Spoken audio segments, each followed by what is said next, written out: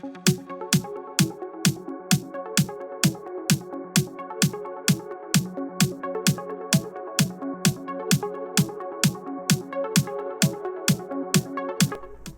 what is going on? It's Styler here, and in this video I will review the 5-inch Elephone S2, a very stylish and thin smartphone with double-sided glass. I got the phone from geekbuying.com, and as always remember also to check out the video description for more details. The Elephone S2 comes with the MT6735P quad-core chipset clocked at 1 GHz. It has 2 GB RAM, 16 GB ROM, a 5-inch HD display, dual SIM, and of course support for 4G LTE. And notice that in this phone it is possible to use 2 SIM cards, actually micro SIM cards, plus a TF card at the same time.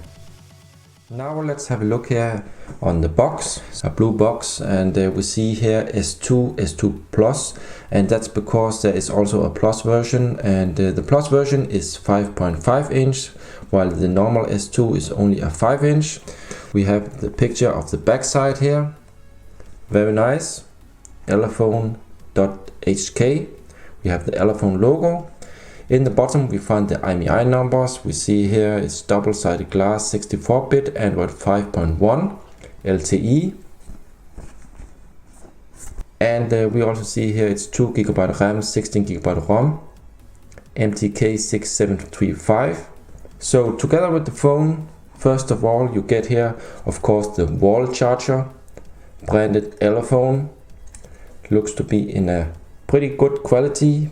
We see it's a standard charger, 5 volt, 1 ampere. Then of course we get here the USB charging cable, micro USB. Then there is also a small SIM tray opener, a pin.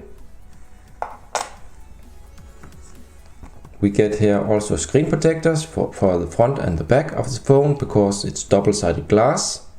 And the phone actually comes with pre-installed screen protectors from the manufacturer, but I just removed these to show the phone better here in the video. But you have some extras here. Then we also get here the Elephone Quick Start Guide, very standard guide here in English. And last we get here a plastic cover here, soft rubber cover. And you can see here we have here cutouts for the different buttons and the headphone jack.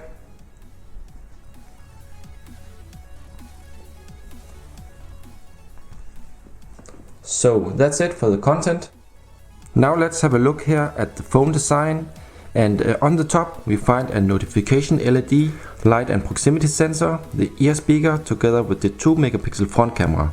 The phone has a 5-inch HD display with 2.5D arc surface, and you can see it's a little bit rounded here. And I must say that this display looks absolutely fine on a 5-inch. It has good sharpness with high brightness and nice colors.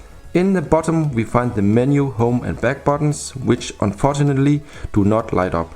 On the back side, which is non-removable and made of glass, we see a really cool glass effect, and it kind of changes the colors when you tilt it.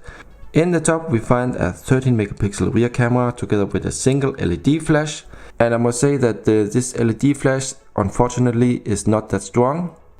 Inside the phone we will also find a 2100 mAh battery, which can last up to 1 day with normal usage. During my test I had honestly no kind of problem getting through the day with one charge, and that could have something to do with the lower clock, the CPU, and that this phone is only using a HD display.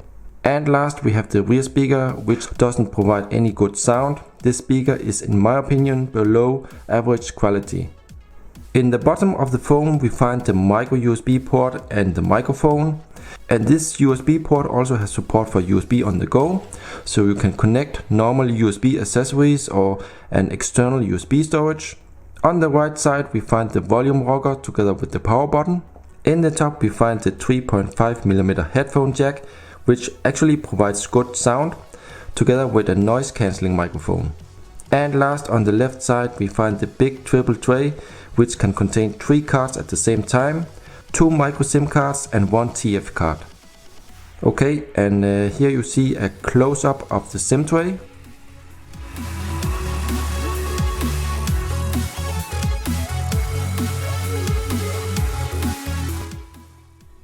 Okay, so here you see the lock screen, and this is typical for Lollipop. Let's unlock. So you see the standard stock UI launcher here, and let me just scroll a little bit here so you can see it's kind of snappy and fast. Let's see in the app drawer, same here.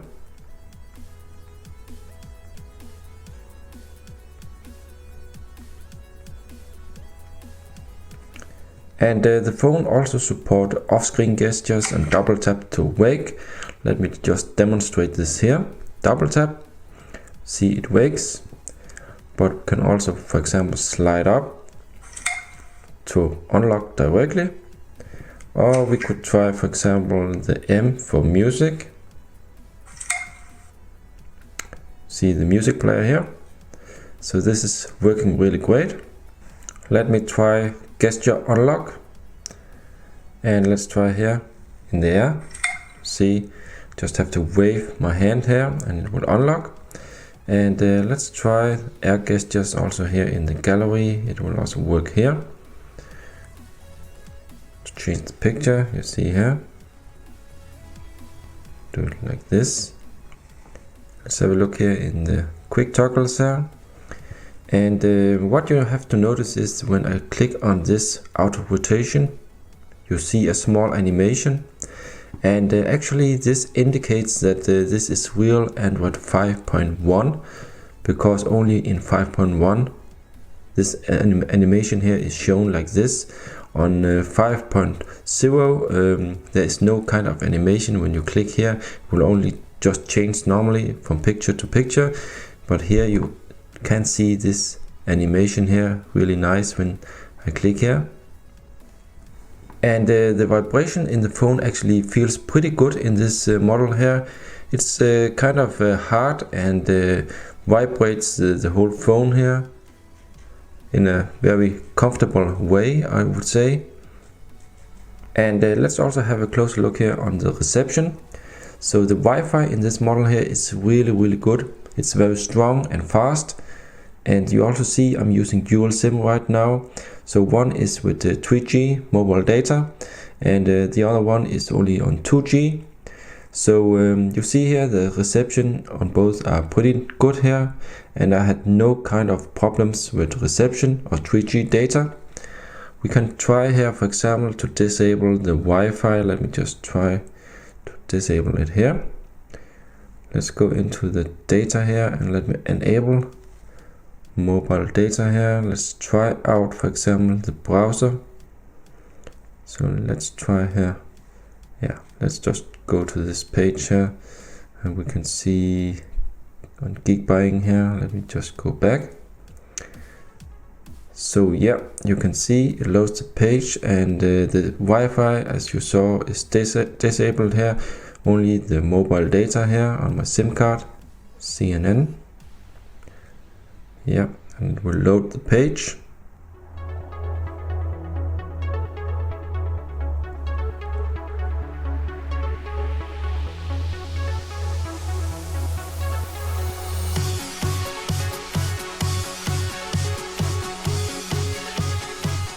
And now let's have a look inside the camera app. So the camera app is pretty stock, I would say. It's nothing special. We have all the normal settings, live mode, standard, panorama, and so on. But let's have a look here inside the settings. So the special setting here is that you can set the volume button settings to enable the photo, or you can change it to volume or zoom.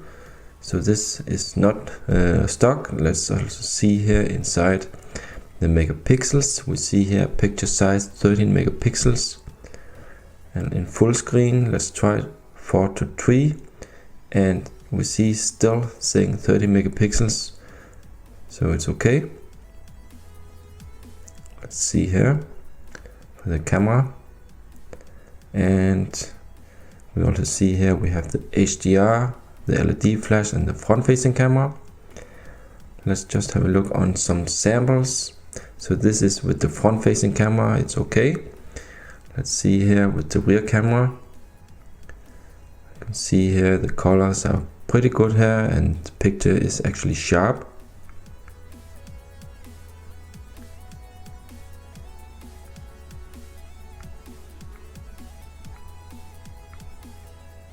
And I would call the camera quality for average, because it does shoot some okay pictures that you can use, but they are also not fantastic. But for the price, I think it does okay.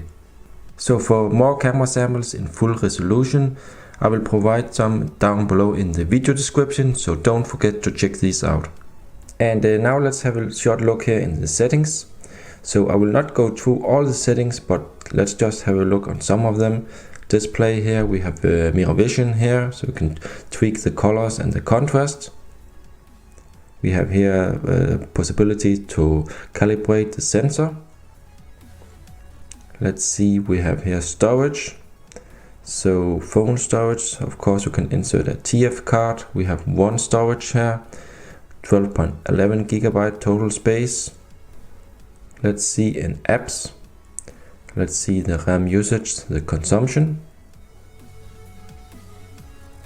And we see here system 430, apps 160, free 1.3 GB of the 2 GB total RAM, so that's fine. We have security, accounts, language and input, so the phone support all kind of languages here. This is multi-language, so this is pretty normal. Let's see here, we have developer options and about phone. So it support wireless update here. We see the model number, Android version 5.1. We have the baseband version, kernel version and the build number. Let's just check out here the Android version.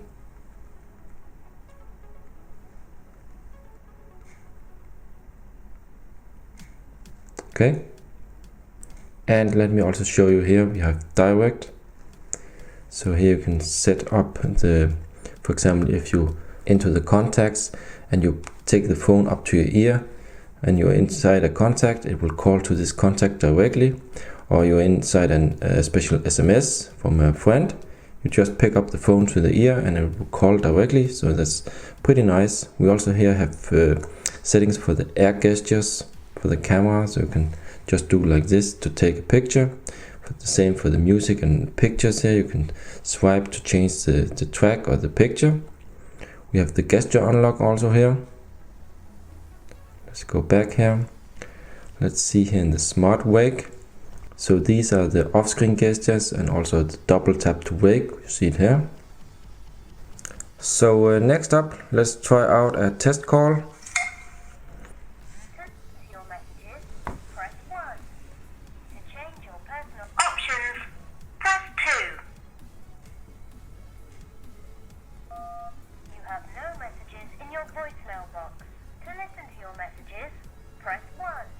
To listen to your messages, press 1. To change your personal options, press 2. Okay, so you could hear the sound here from the ear speaker is loud and clear. Now I'm going to run some different test apps and a game. As always, I will turn up a little bit for the background music, so let's check it out.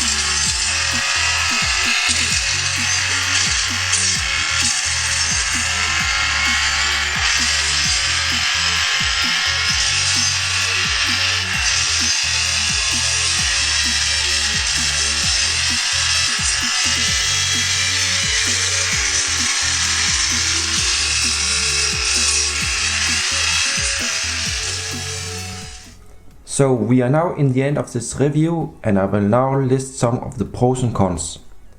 So first to the pros. First of all, I really like the thin and compact design. It is very handy and light. The double-sided glass design looks really nice, and also the frame is of real metal, and the overall construction seems very solid. The phone features a triple tray, so it's possible to use 2 SIM cards together with the TF cards, and not just one SIM card and one TF card like in some other models. The phone comes with real Android 5.1 and is very snappy in the UI. It even feels smoother than on my Elephone P7000, and during my test I didn't experience any kind of crashes or problems at all. And last, it features things like double tap to wake, off-screen gestures and direct call, all very convenient things to have in a phone. And now to the cons. The camera is average, it does the job, but the pictures are nothing special, but that was expected. Also, I must say that the rear LED flash is a joke, it is not strong at all. The phone scores a little low in AnTuTu, and I believe it is because of the MT6735P quad-core, which is only running at 1 GHz. The quality of the rear speaker is really bad. It's very noisy and maybe loud, but not clear at all. It does have a notification LED in the left top corner, and it does light up when you connect it to the charger, but I was unable to get this working for missed calls or SMS messages. And last, the GPS worked out of the box for me, but with no kind of gloners, and it was a little bit slow to get a fix. The accuracy could also be better, so if GPS is very important for you, I would likely not go for this model. That's it for the review. Remember also to check out my blog, you'll find the link in the video description. If you have any questions, feel free to comment below, give a thumbs up and subscribe to my channel for more. Thank you for watching, and I'll see you in the next one.